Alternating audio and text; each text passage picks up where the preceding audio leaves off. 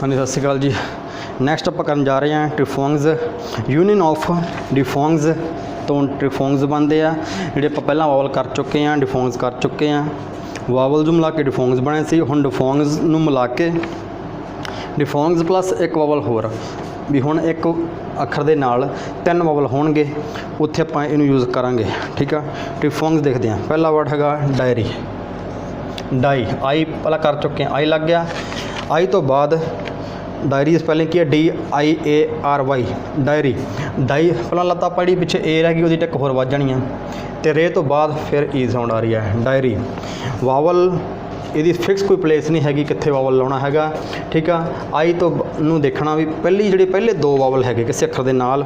Next ਦੇਖਦੇ ਹਾਂ, ਪਤਾ ਲੱਗੂਗਾ ਲੋਆਏ, ਆ ਲੋਆਏ ਹੋ ਗਿਆ, ਤੇ ਇੱਕ ਜਿਹੜੀ ਏ ਰਹਿ ਗਈ ਉਹਦੀ ਟਿਕ ਹੋਰ ਵੱਜ ਜਾਣੀ ਹੈ, ਲੋਇਲ।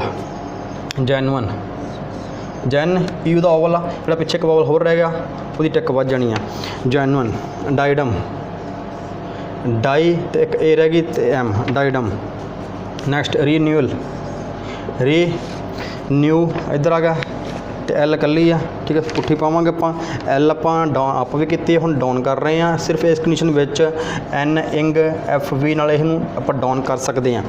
ठीक है, आपां लोड़ अनुसार, तो जे नहीं पैंदा आप भी कर सकते हैं, कोई प्रॉब्लम नहीं हैगी। ठीक है, रिन्यूअल। नैक्सट हैगा डिनाइल,